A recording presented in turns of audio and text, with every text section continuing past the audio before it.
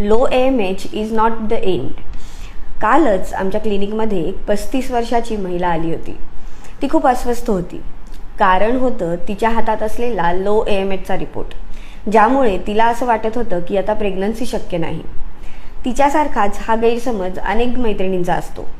परंतु प्रेग्नन्सी फक्त AMHवर अवलंबून नसते, तर AMH व्हॅल्यू आपल्याला ओव्हरियन रिझर्वायर किती आहे हे दाखवतं.